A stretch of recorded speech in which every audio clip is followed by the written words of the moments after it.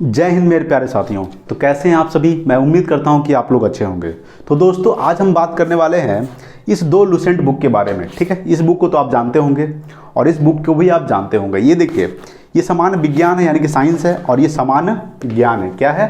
सामान्य ज्ञान है यानी कि जनरल नॉलेज है। ठीक है, इस बुक को कैसे पढ़ना है, ठीक है, किस टॉपिक को पढ़ना है और कौन सा टॉपिक इंपॉर्टेंट है, और RRB, NTPC, group D, SSC के लिए ये बुक कितना इंपॉर्टेंट है, वो आज मैं इस वीडियो में डिस्कस करूंगा। ठीक है, इसीलिए वीडियो को पूरा अंत तक देखिएगा। देखिए दोस्तों, ये आप बुक देखे होंगे, ये बुक पहले आता था, अब ये आने लगा है। इसमें जो इंपॉर्टेंट टॉपिक था इसमें तो है ही, लेकिन इसमें कुछ और इंपॉर्टेंट टॉपिक को ऐड किया गया है, इसीलिए इसको क्या कर दिया, बड़ा कर दिया। अब ये छोटा वाला पैकेट नहीं आता है। ठीक है, समझ लीजिए कि ये बुक इतना इंपॉर्टेंट था। ठीक है, जब ये आप बुक खरीदते होंगे तो लगता होगा कि मैंने कोई बुक खरीदा था। ठीक है, जब मैं बुक बहुत पहले खरीदा था, देख रहे होंगे काफ़ी कुछ फट भी गया है। ठीक है, तो देखिए ये बुक के बारे में आज रिव्यू हम करने वाले हैं कि कौन सा टॉपिक कितना इंपॉर्टेंट है और किस टॉपिक को कितना पढ़ना है कि वो टॉपिक कवर हो जाए और एक भी सवाल हमसे ना छूटे। तो देखिए दोस्तों, आज हम बात करने वाले हैं लुसेंट बुक के बारे में। देखिए सबसे पहले तो हिस्ट्री, ज्योग्राफी, पॉलिटी, इकोनॉमिक्स, ठीक है, उसके बाद साइंस हो गया, फिर विविध पूछता है, विज्ञान एवं प्रौद्योगिकी, खेलकूद से भी सवाल इसे पूछता है, उसके बाद कंप्यूटर से पूछता है। टोटल इसमें ऐड है। पता है ये जो बुक है ना, इसे जो यूपीएससी जो तैयारी करते हैं उस बुक को ये खरीदते हैं। ठीक है, यानी कि वो जो यूपीएससी जो तैयारी करते हैं वो भी इस बुक को खरीदते हैं। सोच लीजिए कितना इंपॉर्टेंट है। ठीक है, अगर आप कोई यूपीएससी तैयारी करता है, अगर उसके रूम में जाइएगा तो ये बुक आपको देखने को मिलेगा उसके रूम में। ठीक है, तो सोच लीजिए कितना इंपॉर्टेंट है ये बुक। ठीक है, अगर आप RRB, NTPC, group D, SSC की तैयारी कर रहे हैं तो ये बुक आपके लिए इंपॉर्टेंट है। ठीक है, ये बुक इंपॉर्टेंट है। क्या है? सामान्य ज्ञान है यानी कि जनरल नॉलेज। अगर आपसे पूछे, ठीक है, तो देखिए ये सामान्य ज्ञान के लिए इंपॉर्टेंट है, लेकिन ये जो है सामान्य विज्ञान, रिमाइंडर, ये आपके लिए इंपॉर्टेंट है। ये दो बुक जो है आपके लिए इंपॉर्टेंट है। मैं आपको प्रेफर करूंगा कि इस बुक को आप पढ़िए विज्ञान के लिए। ठीक है, इसमें टोटल आपको वस्तुनिष्ठ प्रश्न मिलेगा और प्रीवियस ईयर सवाल भी मिलेगा इसमें। ठीक है, और ये बुक है ये टोटल के लिए इंपॉर्टेंट है। इसमें टोटल सब्जेक्ट है हिस्ट्री, ज्योग्राफी, इकोनॉमिक्स, पॉलिटी, ठीक है, साइंस, खेलकूद, कंप्यूटर, और इसमें सिर्फ आपको मिलेगा क्या, इसमें सिर्फ आपको विज्ञान मिलेगा यानी कि साइंस मिलेगा। ठीक है, तो ये बुक आपके लिए बहुत इंपॉर्टेंट है। इसमें टोटल, ठीक है, जब आप इसको पलटिएगा तो चैप्टर बाय चैप्टर इसमें दिया गया है। क्या दिया गया है?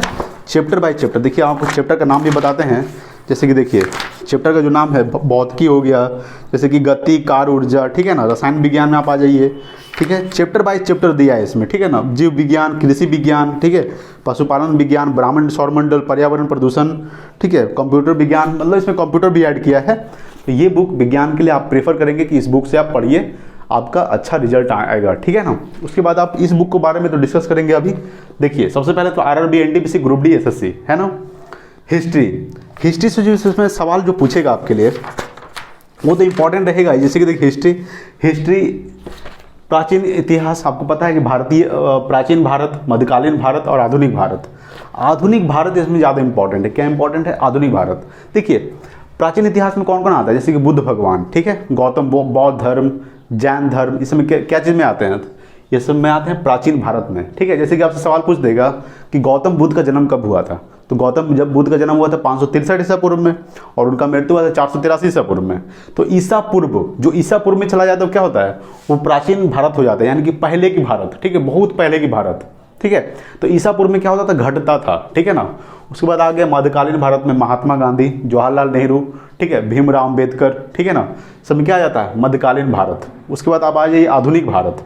ठीक है, सॉरी, मध्यकालीन भारत में आ जाता है बाबर, हुमायूं, अकबर। ठीक है, सॉरी, मध्यकालीन भारत में आता है बाबर, हुमायूं, अकबर, शेरशाह सूरी, और आधुनिक भारत में आता है ये महात्मा गांधी, जवाहरलाल नेहरू, भीमराव अम्बेडकर, सब में आधुनिक भारत में आता है। तो आधुनिक भारत आपके लिए भी इंपॉर्टेंट है काफ़ी ज़्यादा। ठीक है, उसके हम जैसे कि हिस्ट्री की बात कर रहे हैं। अब जैसे कि आप समझिए कि हिस्ट्री हमको ये 3 टॉपिक हो गया, प्राचीन भारत, मध्यकालीन भारत, आधुनिक भारत। लेकिन इस टॉपिक को पढ़ना कैसे है, जैसे कि आप इसको पलटिएगा जब, ठीक है, लुसेंट है सामान्य ज्ञान, जिसको पलटिएगा इसमें सबसे पहले आपको विषय सूची मिलेगा। क्या मिलेगा? विषय सूची।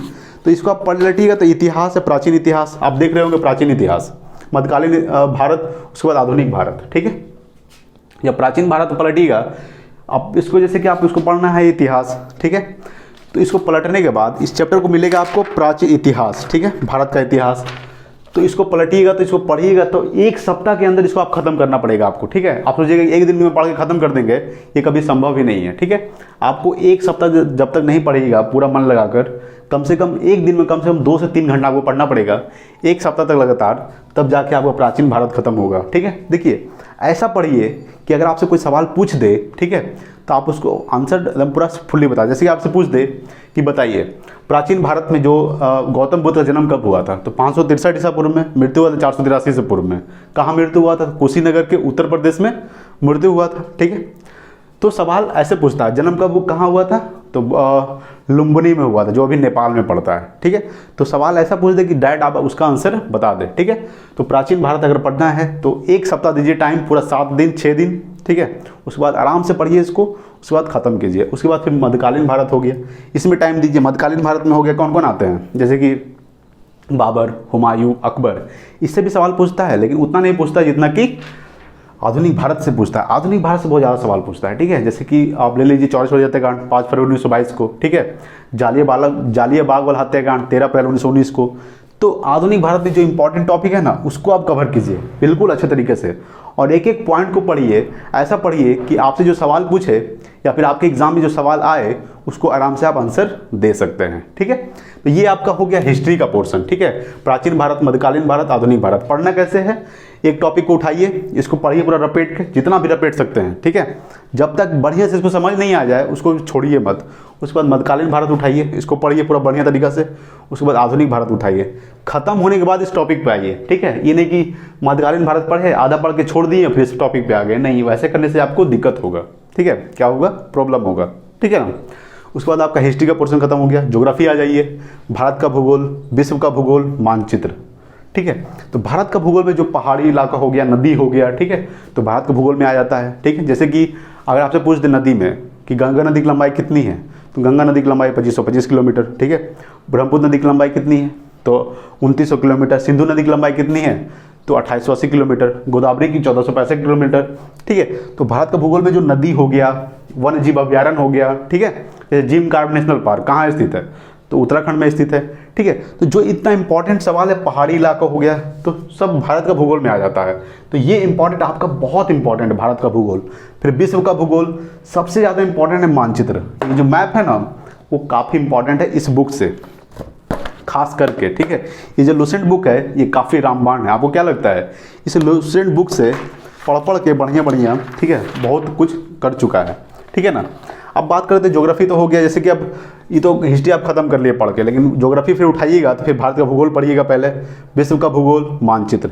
इस 3 टॉपिक को कवर करना है। देखिए स्टूडेंट को होता क्या है ना, कि वो पढ़ने जब ग्रुप डी की तैयारी करने आता है, पटना, दिल्ली या फिर कहीं भी जाता है, ठीक है, तो पहले आता है तो क्या करता है कि ग्रुप डी का फॉर्म भर देगा, एसएससी का फॉर्म भर देगा, एनटीपीसी का फॉर्म भर देगा, तीनों के साथ फॉर्म भर दिया। वैकेंसी तो एक बार नहीं आता, लेकिन अलग अलग टाइप का आता है, ठीक है। तो मतलब फॉर्म भर दिया, अब चल दिया एनटीपीसी का। जैसे कि आप पूछेगा कि एनटीपीसी में जीके जीएस कितना पूछता है, उसको पता नहीं है। देखिए एनटीपीसी में जीके जीएस पूछता है 40 गो, ग्रुप डी में जीके जीएस पूछता है 45 गो, और एसएससी जीके जीएस पूछता है 25 गो, जिसमें से टोटल 40 गो में आपका करंट अफेयर्स भी रहेगा। करंट अफेयर्स आपके लिए इंपॉर्टेंट है, उसमें 5 से 7 सवाल आपका करंट अफेयर्स से फिक्स रहेगा, ठीक है। क्या रहेगा, करंट अफेयर से 5 से 7 सवाल फिक्स रहेगा। उसके बाद एनटीपीसी जीके जीएस भी ज़्यादा पूछेगा ही, ठीक है, उसमें भी आपका पूछेगा 40 गो, जिसमें से आपको 20 गो 25 गो जीके रहेगा, बाकी सब साइंस रहेगा, ठीक है ना। ग्रुप डी ले लीजिए, ग्रुप डी में 45 गो पूछता है, एसएससी जीके जीएस पूछता है 25 गो, इसमें टोटल आपका करंट अफेयर्स मिक्स ही रहता है, ठीक है। तो इसीलिए बोलते हैं, वही बोल रहे थे कि फॉर्म भर दिया ग्रुप डी एनटीपीसी का, एसएससी का, और उसको सिलेबस के बारे में पता नहीं है कि हमको पढ़ना क्या है, तो फॉर्म भरने से क्या फ़ायदा, ठीक है। सबसे पहले तो आपको सिलेबस पता होना चाहिए कि पढ़ना क्या है, उसके बाद उस चीज़ में उतरिए, उसके बाद तैयारी कीजिए, आपका रिजल्ट पक्का होगा, ठीक है। तो देखिए हम बता रहे थे कि एनटीपीसी के लिए, ठीक है, एनटीपीसी ग्रुप डी एसएससी के लिए जो इस टॉपिक है भारत का भूगोल, विश्व का भूगोल और मानचित्र, मैप जो है ना, ये जो मैप है ये काफ़ी महत्वपूर्ण है आपके एग्जाम के लिए, ठीक है, ये मैप, ठीक है। उसके बाद आ जाइए पॉलिटी में। तो पॉलिटी जो है ऑल टॉपिक्स इंपॉर्टेंट है आपके लिए। क्या इंपॉर्टेंट है, ऑल टॉपिक्स इंपॉर्टेंट है पॉलिटी। कहीं कैसे, क्या कि पॉलिटी से कहीं से भी सवाल उठा देता है, इसे कोई गारंटी नहीं है कि सिर्फ आपका मौलिक कर्तव्य से ही उठाएगा, ठीक है, अनुसूची से उठाएगा, ठीक है, भाग से उठाएगा, पॉलिटी से सवाल कहीं से भी उठा सकता है, इसीलिए पॉलिटी का जो है ये ऑल टॉपिक्स इंपॉर्टेंट है पॉलिटी का। इसको आराम से पढ़िए बिल्कुल ज़बरदस्त तरीके से, ठीक है। जो आपका टीचर है आप उसी से पढ़िए, ठीक है। लेकिन ऐसा पढ़िए कि सवाल एक बार में क्लियर हो जाए। जैसे कि दल बदल कानून कौन सा अनुसूची में है, तो 10वीं अनुसूची में है, ठीक है। कौन सा संविधान संशोधन में किया गया था, तो 52वां संविधान संशोधन, ठीक है। ऐसा पढ़ना है कि ये टॉपिक आपका एक बार में क्लियर हो जाए पॉलिटी से। उसके बाद इकोनॉमिक्स आ जाइए। इकोनॉमिक्स इंपॉर्टेंट है, देखिए इसमें टोटल सब्जेक्ट इंपॉर्टेंट है, लेकिन जो सबसे ज़्यादा इंपॉर्टेंट है वो आपको पहले पढ़ना है, क्योंकि आपको एग्ज़ाम निकालना है, टाइम कम रहता है, एग्ज़ाम निकालना है तो फिर कैसे होगा। इसीलिए जो आपका टॉपिक इंपॉर्टेंट है उसको सबसे पहले कवर कीजिए। तो इकोनॉमिक्स आपके लिए इंपॉर्टेंट है, लेकिन इंपॉर्टेंट टॉपिक से इम्पॉर्टेंट होगा। जैसे कि इंपॉर्टेंट टॉपिक सिर्फ रहेगा, ठीक है। जैसे कि इंपॉर्टेंट टॉपिक जैसे पंचवर्षीय योजना, ठीक है, ये सब जो इंपॉर्टेंट है उसी को आप कवर कीजिए, ठीक है ना। टोटल सब्जेक्ट को मतलब लीजिए, जैसे इकोनॉमिक्स में जो इंपॉर्टेंट टॉपिक्स है उसी को उठाइए, ठीक है। फिर आ जाइए साइंस के बारे में। तो साइंस से लीजिएगा इससे, तो इसमें देखिए अगर आपको बताए थे इस बुक के बारे में, ठीक है, ये तो आपके लिए इंपॉर्टेंट है ही, इसमें भी साइंस अच्छा सवाल दिया गया है, ठीक है। लेकिन सबसे ज़्यादा इंपॉर्टेंट आपका ये रहेगा रिमाइंडर, ठीक है। सामान्य विज्ञान रिमाइंडर है, ठीक है। ऑल इंडिया प्रतियोगिता परीक्षा में पूछा गया, इसमें 30 गो अभ्यास सेट्स भी दिया है ना। तो ये बुक आपके लिए काफ़ी फायदेमंद रहेगा, ठीक है। मैं आपको यही बताऊंगा, ठीक है। लेकिन आपको ये ऊपर डिपेंड करता है। इसमें देखिए चैप्टर बाय चैप्टर दिया है ना, पूरा चैप्टर बाय चैप्टर दिया है। गति, कार्य, दाब, बल, तरंग, ऊष्मा, प्रकाश, ठीक है। रसायन विज्ञान में आ जाइए, आपका मिश्रण हो गया, गैसों का आचरण, रासायनिक सूत्र, ठीक है ना। फिर बायोलॉजी तो काफ़ी इंपॉर्टेंट है, ठीक है। तो ये बुक आपके लिए काफ़ी ज़्यादा इंपॉर्टेंट होगा, इसको आप प्रेफर कर सकते हैं। किसके लिए, तो साइंस के लिए, ठीक है ना। तो ये बुक तो आपके लिए है ही। उसके बाद आपका हम बात करते हैं साइंस के बारे में। तो सबसे पहले फिजिक्स लीजिए, ठीक है। उसके बाद आपको केमिस्ट्री आ जाता है, उसके बाद बायोलॉजी आ जाता है, ठीक है। तो सबसे ज़्यादा अगर सवाल इस तीनों में पूछेगा तो वो सबसे ज़्यादा बायोलॉजी से पूछेगा। किससे पूछेगा, बायोलॉजी से सबसे ज़्यादा सवाल पूछेगा, बायोलॉजी से। उसके बाद फिजिक्स से पूछा, सबसे कम पूछता है, मतलब पूछता है लेकिन कम पूछता है। जैसे रासायनिक सूत्र पूछेगा, रासायनिक सूत्र जैसे चीनी का बताइए तो C12H22, ग्लूकोज का C6H12O6। सबसे ज़्यादा मीथेन का पूछता है CH4, जिसको हम गोबर गैस भी बोलते हैं, ठीक है ना। तो पूछता है, केमिस्ट्री भी सवाल पूछता है, लेकिन रासायनिक सूत्र पूछेगा, कुछ समीकरण भी पूछ देता है, लेकिन बहुत कम सवाल पूछता है केमिस्ट्री से। सबसे ज़्यादा पूछेगा वो बायोलॉजी से। विटामिन हो गया, ठीक है, vitamin D, vitamin A, vitamin A का रासायनिक नाम क्या है, रेटिनॉल, विटामिन बी का रासायनिक नाम क्या है, थायमीन, ठीक है। तो बायोलॉजी से भी सवाल अच्छा खासा पूछता है। तो आपको ले लीजिए कि बायोलॉजी बहुत इंपॉर्टेंट है, ठीक है। क्या कि देखिए आपका एनटीपीसी में जीके जीएस कितना पूछेगा, 40 पूछेगा, जिसमें से आपको 15 से 20 सवाल रहेगा किससे, सिर्फ साइंस से रहेगा, ठीक है। ग्रुप डी में ले लीजिएगा तो जीके जीएस 45 गो टोटल पूछता है, जिसमें से 20 गो रहेगा आपका क्या, तो साइंस से, और 25 गो रहेगा आपका जीके यानी कि जनरल नॉलेज से, ठीक है। उसके बाद एसएससी में लीजिएगा तो इसमें टोटल फिक्स रहता है। देखिए जैसे कि आप बता रहे हैं कि अगर 25 गो रहेगा 20 गो रहेगा जीएस, तो 25 गो में आपको करंट अफेयर्स भी रहेगा, 5 से 6-7 गो रहेगा, ठीक है, करंट अफेयर्स। तो आपके लिए साइंस भी काफ़ी इंपॉर्टेंट है, ठीक है ना। उसके बाद आप विविध ले लीजिएगा, तो विविध में आपका भी सवाल बहुत अच्छा खासा पूछता है, ठीक है। विविध यानी कि मिसलेनियस रहता है, टोटल मिक्स सवाल रहेगा। उसके बाद विज्ञान एवं प्रौद्योगिकी की, खेल कूद से भी सवाल अच्छा खासा पूछता है। उसके बाद कंप्यूटर, ठीक है, कंप्यूटर से भी सवाल अच्छा खासा उठाता है। उसके बाद खेल कूद ले लीजिए, आईपीएल, जैसे कि अभी आईपीएल होने वाला है तो उससे भी सवाल उठाएगा, या फिर खेल कूद से ले लीजिए बैडमिंटन, टेनिस, ठीक है ना, तो उससे भी सवाल अच्छा खासा उठाता ही है। फिर कंप्यूटर ले लीजिए, इससे भी अच्छा खासा सवाल उठाता ही है, ठीक है। तो इतना सारा आपका टॉपिक है। तो सबसे पहले तो ये जानिए कि टॉपिक को कैसे कवर करना है, कैसे पढ़ना है। उसके बाद आप किसी चीज़ का तैयारी कीजिए, मैं आपको यही बताऊँगा, ठीक है। अगर वीडियो अच्छा लगा हो तो प्लीज़ लाइक कीजिएगा, इसको बाद शेयर भी कीजिएगा, ठीक है। अगला आपको किस टॉपिक पे चाहिए, जैसे कि मैप, हम देखिए अगला चैप्टर जो स्टार्ट करेंगे वो मैप स्टार्ट करने वाले हैं, ठीक है। हम अभी मानचित्र से कवर करेंगे, ठीक है, एकदम पूरा डिटेल से कवर करेंगे। और किस बुक से करेंगे मैं आपको अभी बुक दिखा देता हूँ, ठीक है। देखिए ये है आपका एटलस का बुक, ठीक है, ऑक्सफोर्ड स्कूल एटलस बुक। मैं आपको इससे क्या करवाऊँगा, मानचित्र का कवर करवाऊँगा, ठीक है। एक एक पॉइंट्स को इसको बिल्कुल अच्छे तरीके से दिया गया है, ठीक है। जब आप इसको देखिएगा, ठीक है, बहुत अच्छे तरीके से दिया गया है इसमें टोटल, ठीक है ना। मैं आपको दिखाता हूँ, देखिए एक एक पॉइंट को उसके अच्छे तरीके से डिस्कस किया गया है, ठीक है। इसीलिए आपको मैं डिस्कस करवाऊंगा। सबसे पहले मानचित्र स्टार्ट करेंगे, पॉइंट बाय पॉइंट डिस्कस करवाएंगे। सर देखिए सवाल पूछता है कि कर्क रेखा से कितने राज्य गुजरता है भारत में, तो 8 राज्य। कौन कौन है, तो फंस जाइएगा तुरंत, ठीक है। क्रम से बताइए, फिर उल्टा बताइए, ऐसे सवाल पूछता है एग्जाम में। आप याद कर लिए हैं मित्र पर गमछा झाड़, एक ट्रिक होता है, तो उसे कैसे होगा, ठीक है, ये संभव नहीं है, ठीक है। तो दोस्तों आज के लिए इतना ही। हम आपको बताएंगे कि इस लूसेंट बुक को आराम से फ़ायदा उठाइए, बहुत अच्छा बुक है, इसको साइड में मत फेंकिए, ठीक है, इसको पढ़िए बिल्कुल अच्छे तरीके से, एक पॉइंट को डिस्कस करिए, ठीक है ना। तो दोस्तों आज के लिए इतना ही, मिलते हैं अगले वीडियो में, तब तक के लिए जय हिंद, वंदे मातरम।